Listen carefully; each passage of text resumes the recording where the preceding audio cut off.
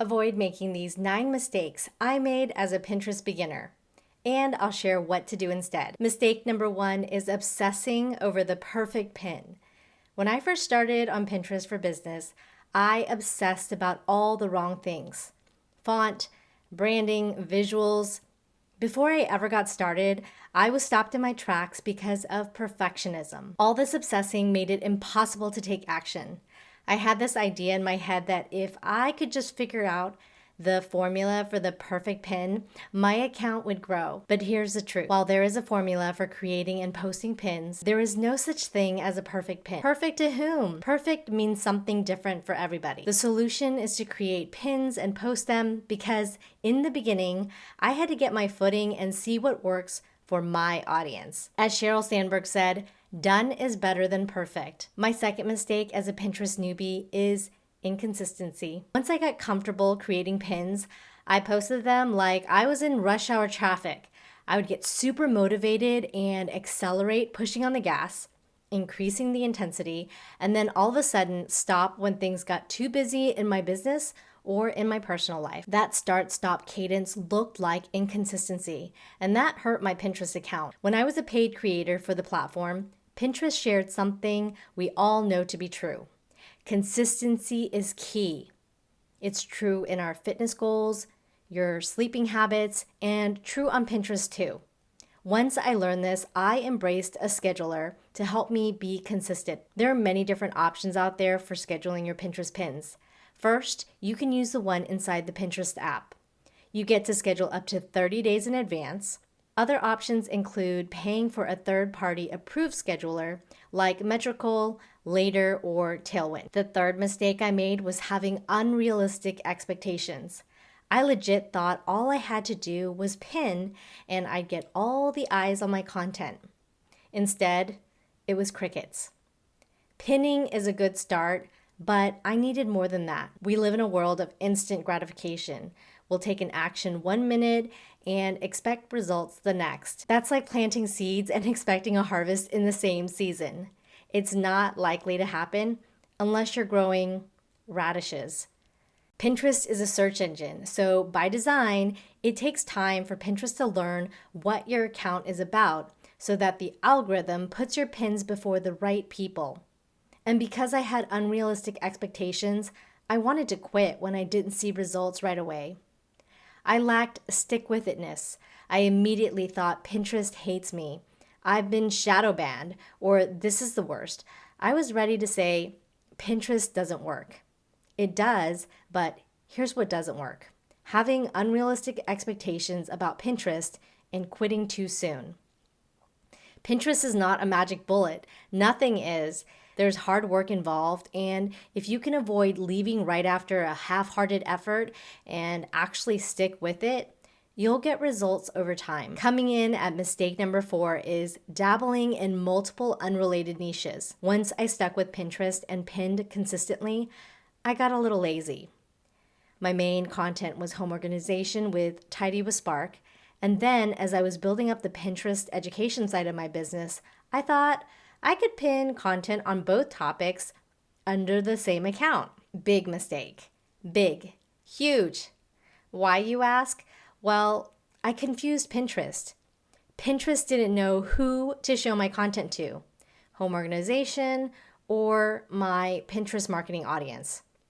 It was proven to me when I looked at my analytics. So don't pin about completely different niches in the beginning of your Pinterest journey unless you want to confuse Pinterest. The one caveat here is if you pin content on niches that are similar in content, like hair and makeup, that's okay. In the last mistake, I talked about looking at account and pin analytics. In the beginning of my journey, I never paid attention to the numbers. This was a big mistake because marketing is data. The numbers tell a story about what's working and what's not. To make matters worse, I didn't understand what the numbers meant because I didn't know the language of Pinterest and the different metrics that matter. After learning which metrics were important to pay attention to, I knew what to tweak and how to troubleshoot my own Pinterest account. You've heard this before, you don't know what you don't know. And that was true about me as a Pinterest newbie. I thought pinning images on Pinterest was exactly what I was supposed to do. Turns out that's not completely true. I learned that pinning a mix of visuals, static images, and videos was critical to success on Pinterest. And here's why. There's a separate algorithm for the different pin mediums. Pins that are static images get distributed in the algorithm differently than pins that are video-based. If you were to only pin one type of medium, your account would be at the mercy of one algorithm. In the past, I've seen Pinterest accounts only post video pins, and they suffer in views and engagement when Pinterest decides to push static pin images only over videos. Pinning is like investing.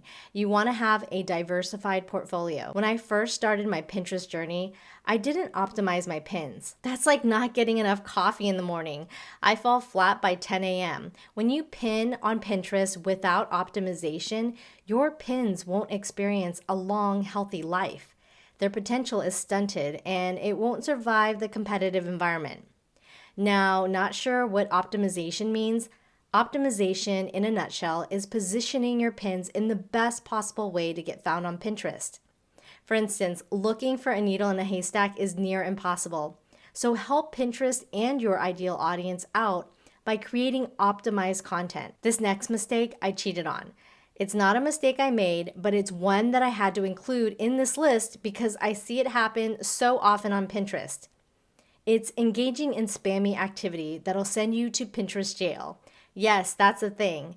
And you don't want to get caught in the spam filter. An example of spammy activity is pinning the exact same pin multiple times while pointing to the same link. Another example is dumping a bunch of pins on Pinterest all day long. Another example is dumping a bunch of pins on Pinterest all in one day. Also, making a bunch of changes in your account in one day can also trigger the spam filter on Pinterest. So you have permission to take it easy on Pinterest and stay away from the all or nothing approach. The final mistake I'm 100% guilty of making is blaming the algorithm. I'd work so hard on my pins, ignoring the possibility that I missed the mark somewhere when my pins went flat. Instead of putting my troubleshooting hat on, I blame Pinterest for the sad sound of crickets.